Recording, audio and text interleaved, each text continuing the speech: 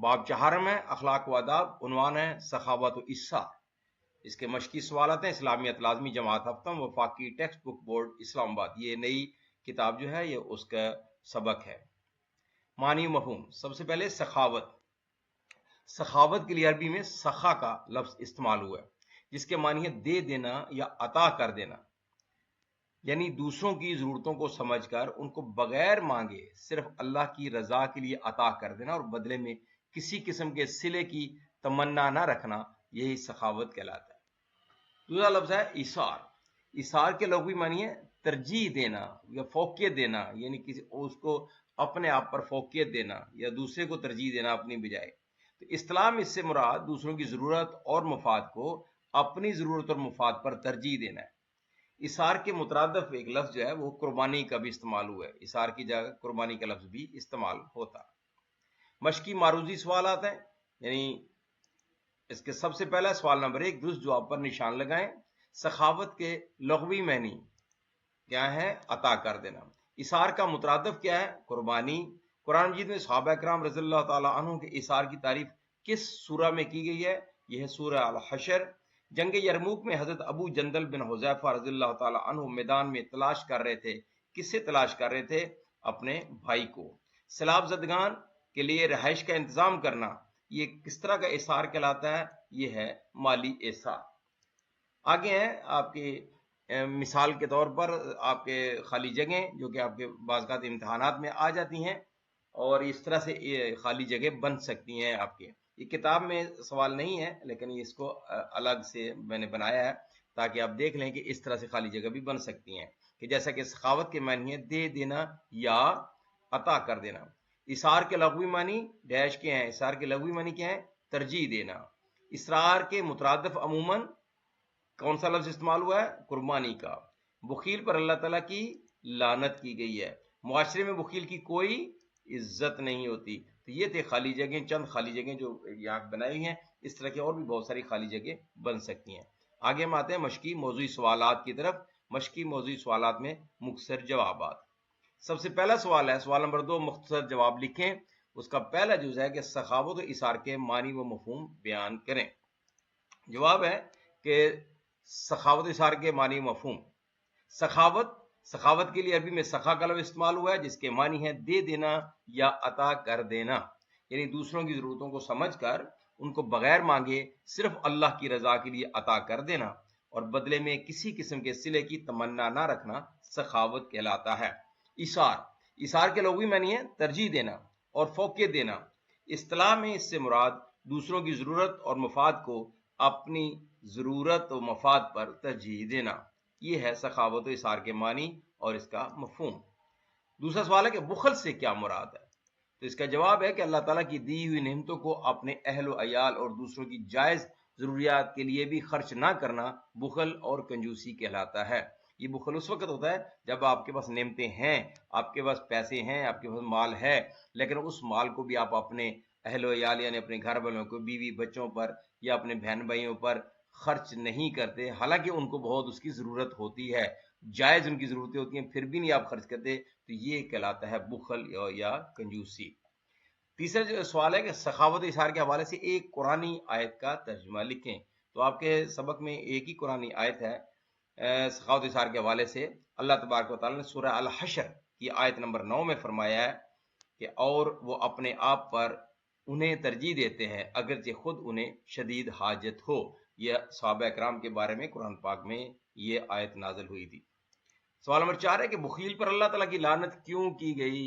کیوں لعنت ہوئی ہے بخیل پر؟ تو اس کا جواب ہے کہ بخیل پر اللہ تعالیٰ کی لعنت اس لیے کی گئی ہے کہ وہ اللہ تعالیٰ کی ناشکری کرتا ہے، کیونکہ وہ اللہ تعالیٰ کی عطا کردہ نعمتوں کو نہ خود استعمال کرتا ہے اور نہ دوسروں کے کام آنے دیتا ہے۔ ناشکری مطلب یہی ہے کہ وہ اس کو اتنی اللہ تعالیٰ نے نعمتیں دی ہیں، اس کو مال بھی دیا ہے، سب کچھ دیا ہے، تو وہ پتہ ہے کہ یہ سارا کچھ اللہ تعالیٰ کی طرف سے ہے، پھر بھی وہ ضرورت مندوں کی ضرورتیں پوری نہ ہوں، اس کے گھر والوں کی بھی، تو پھر اسی لیے لعنت اللہ تعالیٰ دیتا ہے، کیونکہ وہ ناشکری کا مرتکب ہوتا ہے۔ آپ اپنی ملی زندگی میں ایثار کا مظاہرہ کیسے کر سکتے ہیں؟ آپ کی زندگی میں، آپ روزمرہ زندگی میں خود دیکھ سکتے ہیں کہ آپ کون کون سے اس میں کیا کر سکتے ہیں، کہاں کہاں کر سکتے ہیں، اپنے ارد گرد کے ماحول کے حساب سے دیکھیں.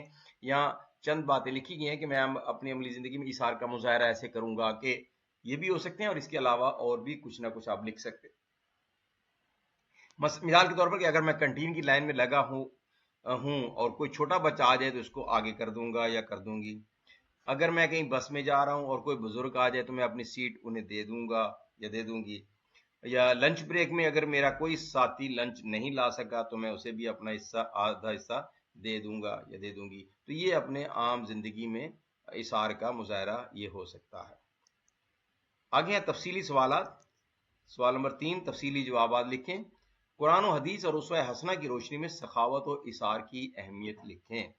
اس کا جواب ہے سخاوت و ایثار کی اہمیت قرآن کی روشنی میں اللہ تبارک و تعالیٰ کا قرآن مجید کی سورہ الحشر کی آیت نمبر 9 میں ارشاد ہے کہ اور وہ اپنے آپ پر انہیں ترجیح دیتے ہیں اگرچہ خود انہیں شدید حاجت ہو. دراصل جو لوگ اللہ تعالیٰ سے محبت کرتے ہیں ان کے اندر اللہ تعالیٰ کی رضا جوئی کے لیے سخاوت و ایثار جیسے اخلاق کا پایا جانا ضروری ہے. ایسے لوگ محض اللہ کی رضا کے لیے دوسروں کی ضروریات پوری کرتے ہیں اور ان کی ضروریات کو اپنی ضروریات پر ترجیح دیتے ہیں. یہ لوگ ہیں جو خود تو تکلیف اٹھا لیتے ہیں مگر دوسروں کو تکلیف نہیں ہونے دیتے. ایسے لوگوں کو اللہ تعالیٰ دنیا میں بھی انعام عطا کرتا ہے اور آخرت میں بھی ان کے لیے اجر و ثواب ہے. اسوہ حسنہ کی روشنی میں سخاوت و ایثار. حضور نبی کریم صلی اللہ علیہ وسلم نے نہ صرف ذاتی طور پر ایثار و قربانی کی مثالیں قائم کیں بلکہ ایک ایسا معاشرہ قائم کیا جس میں لوگ بڑھ چڑھ کر ایک دوسرے کا خیال کرتے تھے. حضور نبی کریم صلی اللہ علیہ وسلم نے ہر موقع پر مسلمانوں کو ایک دوسرے کا خیال رکھنے کی ترغیب دلائی. ایک دفعہ آپ صلی اللہ علیہ وسلم نے ایک جانور ذبح کیا اور اس کا گوشت تقسیم کرنے کے لیے گھر بھیج دیا. کچھ دیر بعد گھر والوں سے پوچھا کہ کتنا گوشت تقسیم ہو گیا اور کتنا بچ گیا. گھر والوں سے جواب ملا کہ عمدہ قسم کا گوشت تقسیم ہو گیا اور کم تر قسم کا باقی رہ گیا.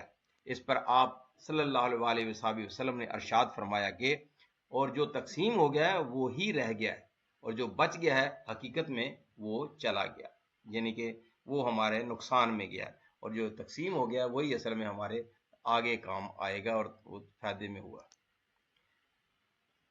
دو ہے سوال نمبر 2 کہ اہل بیت اطہار اور صحابہ کرام رضی اللہ تعالیٰ عنہ کی زندگی سے سخاوت و ایثار کا ایک ایک واقعہ لکھیں. جواب اس کا کہ اہل بیت اطہار اور صحابہ کرام کی زندگیاں سخاوت اور ایثار کے واقعات سے بھری پڑی ہیں. اہل بیت اطہار، آپ صلی اللہ علیہ وسلم کے اہل بیت سخاوت و ایثار میں اپنا ثانی نہیں رکھتے تھے. 3 دن بعد کھانا پکتا اور ایسے میں کوئی سوالی آ جاتا تو خود فاقے سے ہونے کے باوجود کھانا اسے پیش کر دیتے. حضرت علی کرم اللہ وجہ نے 2 سوٹ خریدے اور درزی کے پاس سلوانے کے لیے گئے.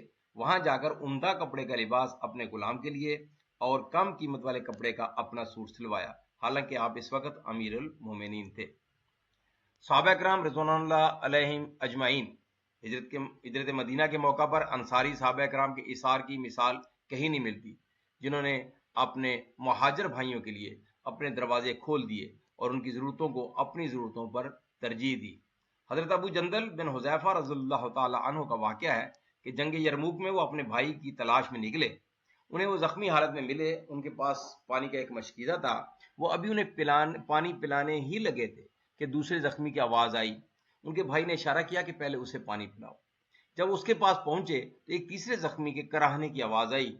انہوں نے اگلے کی طرف اشارہ کر دیا. چنانچہ وہ جب تیسرے زخمی کے پاس پہنچے تو وہ شہید ہو چکے تھے. واپس آئے تو دوسرے اور اس کے بعد ان کے بھائی بھی شہید ہو چکے تھے. یہ تھا صحابہ کرام کا ایثار کہ انہوں نے اس حالت میں بھی جبکہ اپنی جان جا رہی ہو اپنے آپ کو دوسرے مسلمان بھائی کی ضرورت سے پیچھے رکھا اور مسلمان بھائی کی ضرورت کو آگے رکھا. تیسرا سوال ہے کہ دنیا و آخرت میں سخاوت و ایثار کے فوائد اور بخل کے نقصانات بیان کریں. جواب ہے اس کا کہ سخاوت و ایثار کے فوائد کیا فائدے ہیں؟ اللہ تعالیٰ کا قرب اور خوشنودی حاصل ہوتی ہے.